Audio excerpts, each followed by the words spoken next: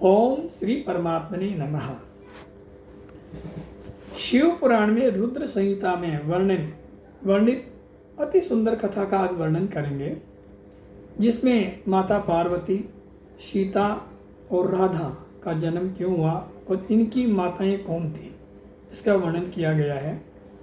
शिव पुराण कहती है कि इस कथा को सुनने मात्र से पाप क्षय हो जाते हैं। आइए सुनिए सुंदर कथा। सती खंड में ये बताया गया था कि दक्ष के द्वारा जो यज्ञ का संपन्न किया जा रहा था, उसमें सती ने अपने प्राण त्याग दिए थे। वीरभद्र ने आकर के दक्ष यज्ञ का विध्वंस कर दिया, दक्ष का सिर काट दिया और समस्त देवताओं को दंडित किया। शेष रहे देवता ऋषिगण बड़े चिंतित हुए और ब्रह्मा के पास गए। ब्रह्मलोक में ब्रह्मा जी ने उनको साथ लेकर के विष्णु लोक में गए और विष्णु से प्रार्थना की। विष्णु जी भी उस युद्ध में परास्त होकर आए थे, तो विष्णु ने कहा कि हम सभी ने शिव का घोर अपमान किया है, हम सबको शिव के पास क्षमा मांगनी चाहिए। वो सब शिवलोक में जाते हैं। कैलाश पर्वत पर वो सभी देवतागण ब्रह्मा और विष्णु जा रहे हैं। बीच में कुबेर का अलकापुरी, उसके दर्शन करते हैं। उसके बाद में एक सुगंध वन आता है, जिसमें कि गुलाब के फूल दूर दूर तक सुगंध फैलाते रहते हैं, उसके दर्शन करते हैं। और उसके बाद में शिवलोक कैलाश पर्वत पर जाते हैं, जहाँ के एक वट वृक्ष बताया गया है, जो कि 75 योजन में फैला हुआ है और उसमें कोई पक्षी घोंसला नहीं बनाता। उसके नीचे भगवान शिव ध्यानस्थ थे। समस्त देवता गंधर्व सनकादिक ऋषि उनको पूजा अर्चन कर रहे थे। वहाँ जाकर के ब्रह्मा और विष्णु और समस्त देवताओं ने नमन किया, प्रार्थना की, स्तवन किया, जिससे प्रसन्न होकर के शिव ने भी ब्रह्मा और विष्णु को नमस्कार किया। और फिर विष्णु कहने लगे कि दक्ष का यज्ञ आपकी बिना संपन्न नहीं हो सकता, आप चलिए उस दक्ष के यज्ञ को पूर्ण कीजिए।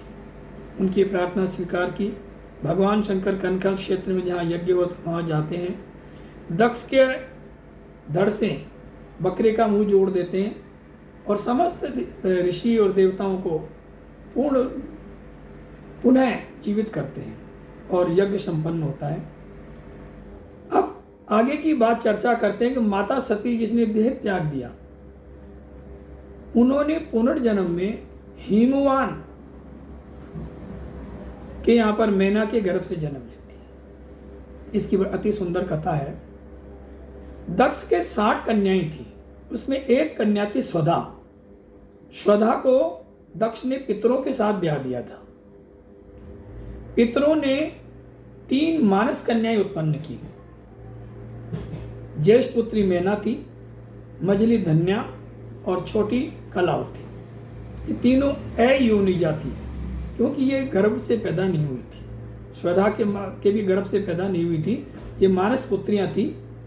और शिव पुराण कहती है कि इन देवियों को नाम मात्र लेने से सर्व पाप नष्ट हो जाता। इनकी सुंदर कथा है।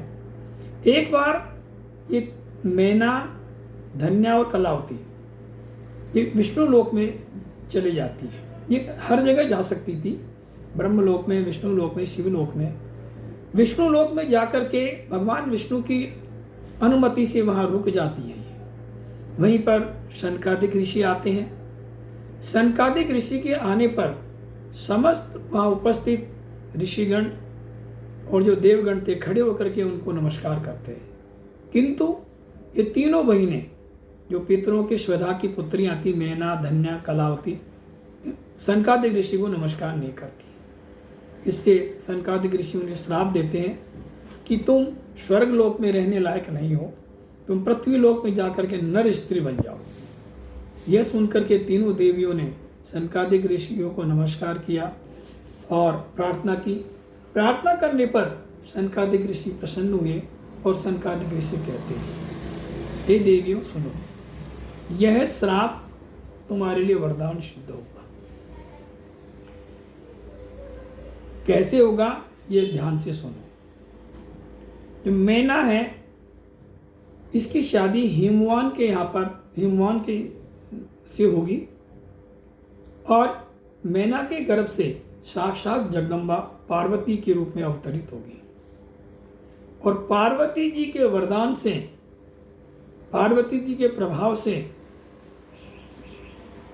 मैना शिवलोक को प्राप्त होगी।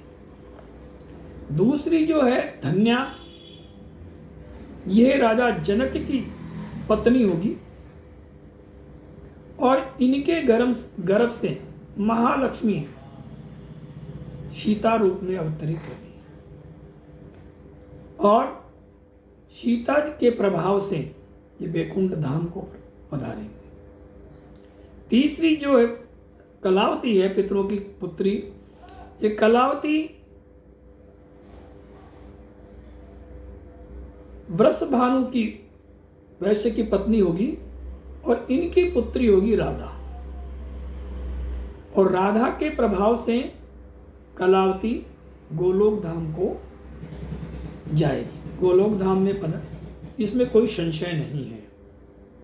इस तरह से सनकादिक ऋषि कहते हैं कि मैंने तुम तीनों बहनों को जो श्राप दिया है नर स्त्री बनने का, यह तुम्हारे लिए वरदान सिद्ध होगा और यही कारण है कि वो तीनों देवियां जो पितरों की श्रद्धा की पुत्रियां थी, मैना, धन्या और कलावती, नर स्त्री बनती हैं और उनके यहाँ तीनों साक्षात जगदम्बा उत्पन्न होकर के उनका कल्याण करती है।